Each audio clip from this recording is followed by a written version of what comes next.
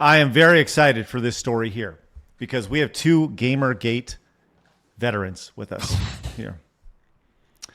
I saw this tweet the other day and I thought, my, oh my, we have Kay and Mitsu coming.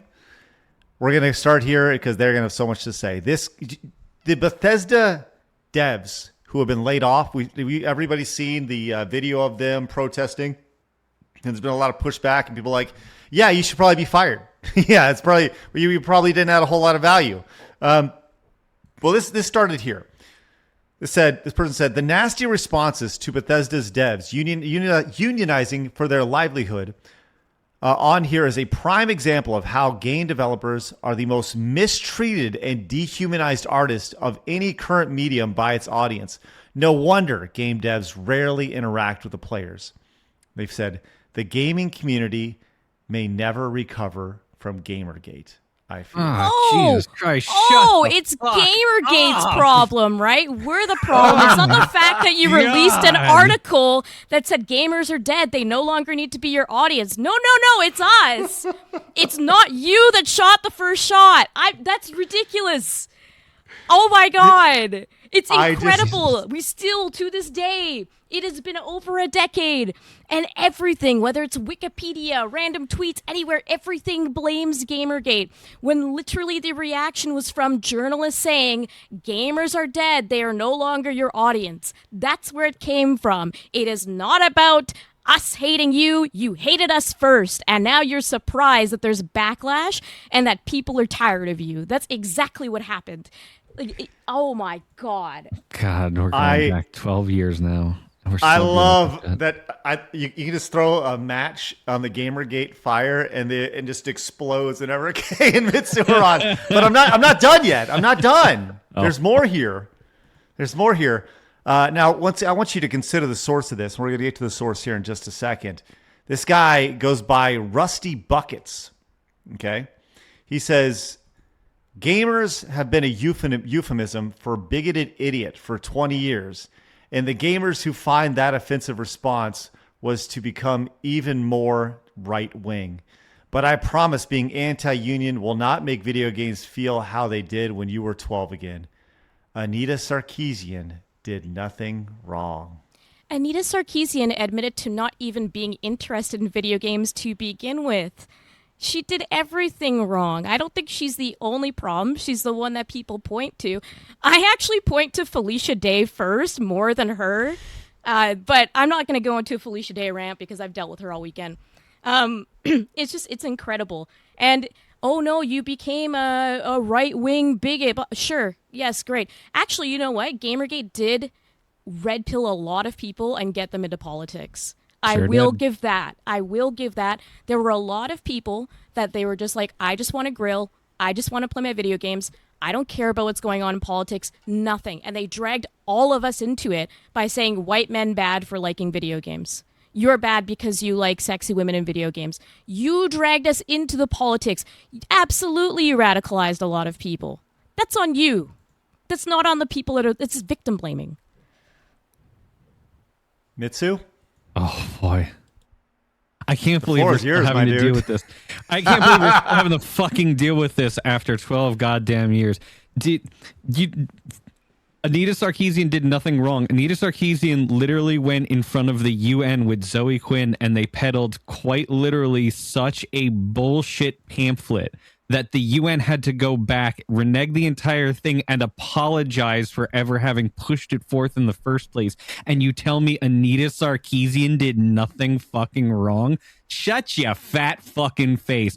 I am so goddamn sick of hearing how, the developers feel mistreated and stuff like that. That's fine. If you want to say off of social media, I totally fucking get it. If Randy, because Randy Pitchford used to do this, he literally admitted it. If Randy wants to go out there and be the lightning rod and take all the criticism so all the good people at Gearbox don't have to deal with the bullshit that we peddle, fine.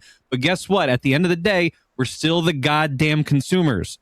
Ultimately, we're paying your paycheck. So if you are not putting forth a product that we want to play, that's on fucking you guys.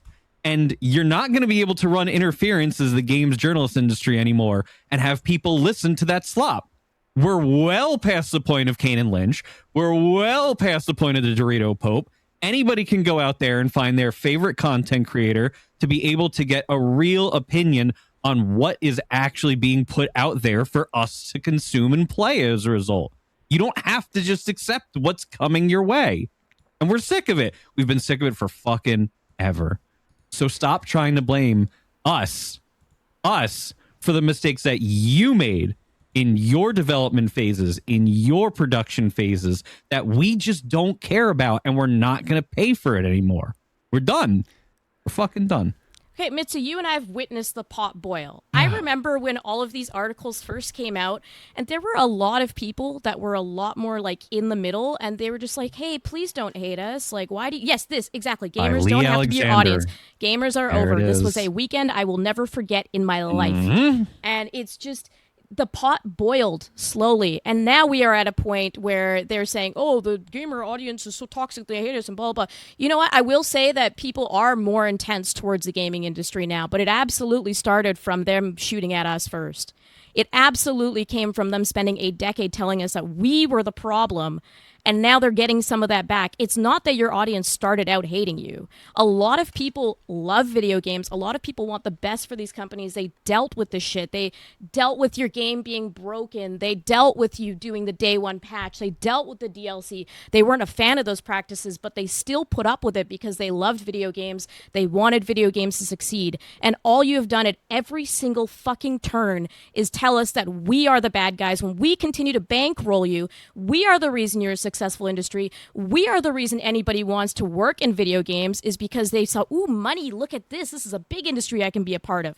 It's so baffling to me that they can go and accuse us of being the most hateful audience when it started off with an industry that was so up their own ass, and they had their little club of journalists, and they felt like they were better than the rest of us, and that their opinion was gospel, and that they were the most important people in the room. Their friends in indie, it was all about pushing their games and their little clubs and their nights out drinking and all of their conferences where they would just shit on us constantly. And they're surprised now that all of us are fed up with it after 10 plus fucking years. It's incredible, and I hate all of them.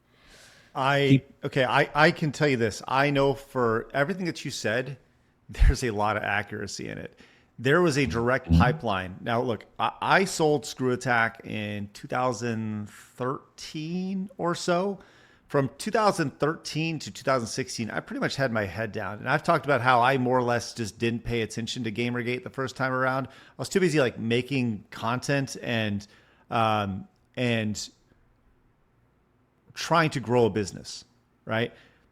But as my eyes were opened up to it more and more, it's been amazing to see in the things that you just said about the little good boys club, right? People talk about that. There is a direct pipeline that goes from being game journalist directly into industry. And that is something that people do not talk about enough. Everybody who writes about video games ultimately wants to work in the industry. And I've seen countless examples of people who wrote for a Destructoid, a Kotaku, a Polygon, an IGN. Alana Pierce is a great example, who started there, eventually. You know, you make a name for yourself online, you get a little publicity, and all of a sudden you get offered a job working in maybe PR, or maybe you come in as a low-level writer or something like that within the industry, because that is the ultimate goal. The funnel from game journalist to game industry is there. So you want to glaze everything. There's, you know, if you talk bad, well, they're not going to offer you a job. Why would they offer you a job, right? So what you're talking about, there is definitely some truth there. And there is, both within the industry and within the journo space, there is contempt for the audience. There is contempt for the consumers and the customers that buy the games because, hey, we're the developers. We're the journalists. These idiots don't know what they're talking about. We tell you what you like. We tell you what games are supposed to succeed. It's just, that's been their entire MO for as long as I can remember at this point, is they stand on a pedestal and they're like, I don't care that all of these guys are complaining about what we're saying because we know the truth. And it's like, you really, really don't. It's just deflection for everything that the decisions and the design choices that they made that were incorrect that led to something being an ultimate failure. Don't try and push Dragon Age Veilguard on the Dragon Age fans, because they're going to know exactly what the problems with that game were, and they're not going to buy it. They're under no obligation to buy your crap just because you have a job. And if you keep putting out crap, you're going to get less and less money, and some of you guys are going to need to get got. And they're getting got in real numbers now. It upsets me too, because criticism in the video game industry initially came from people actually wanting the games to improve, and I think that still exists here. And so they would take it so personally, and that's why they started hating us, is because we continually just wanted the medium to improve, and we were giving criticism to say, this game could be better if XYZ happened. And it's just like spiraled from there. And there's been this continual disconnect between the two groups, between the people that create it or report on it versus the people that buy the products, play them. Because we are very honest in what we care about. It's like a lot of us are just very passionate about the medium, about the art form, and we want the games to do well. We want them to succeed. We want to enjoy ourselves. It's our escapism. It's our fun. It's our whole lives. We get into debates about what superhero is better. Like, we get into debates about what's the best weapon to use in a video game. We really care about the fine details. And that's being receptive to that criticism is not for everyone. There's a lot of people who cannot handle that their art project at the end of the day is being torn apart in their eyes, when realistically the way that is coming across is that the fans just want the best thing possible, and they know that there's going to be a sequel, and they want that sequel to be even stronger. So it's just been interesting to see this very slow push from each other, and I will always stand by that they took the first shot, because you should be able to take some criticism from the people that are spending $100 on your game. You should be able to hear, hey, I wish you guys did this instead. And it 100% started very, very, very innocent. And there is obviously going to be people that are just heated at this point and are going to be aggressive and might come across too mean or whatever. And I don't think that we have to denounce those people. I honestly don't. I understand why people are at this point now where they are not crying over people losing their jobs. For me personally, I still feel this pain in my heart every time I see layoffs. I just can't help it. I understand that it's necessary, but I just really want video games to succeed so badly that I do feel a little bit of pain every time I see that, because I know that there's also veteran knowledge that's lost. It's not just the new people that get ejected. There's a lot of stuff that we're leaving because of all of this. So it's still painful, even if it's it's necessary, and they don't get that. They just think that we're the devil, Even Craig, you saw my tweet with Double Fine. I was like, I want Double Fine to survive, and Double Fine had blocked me. I wanted them to survive. Yeah. I wanted Double Fine, because I feel like between the day of the devs and the things that they've done for video games and the way that they promote projects within it, and they try to educate people within the industry and help them create games, I'm like, Double Fine, yes, you might not like their politics. I certainly don't. I don't agree with any of it. But they've done things for the video game industry that makes me want them to survive. And they have me blocked because I'm a bigot, right? So it's just incredible. Just a horrible, horrible person. Okay. Speaking of horrible people, considering the source of this tweet, just want to point that out. This Rusty Buckets here. This is the guy, and he may be. It's White Hassan. He looks like a rusty bucket. Well, he also may be a candidate for the WNBA, as he does primarily basketball content, but his pronouns are incorrect. He, him. He just wants to let you know that. He, him. It's very important. By the way, he gets ratioed in this tweet, by the way.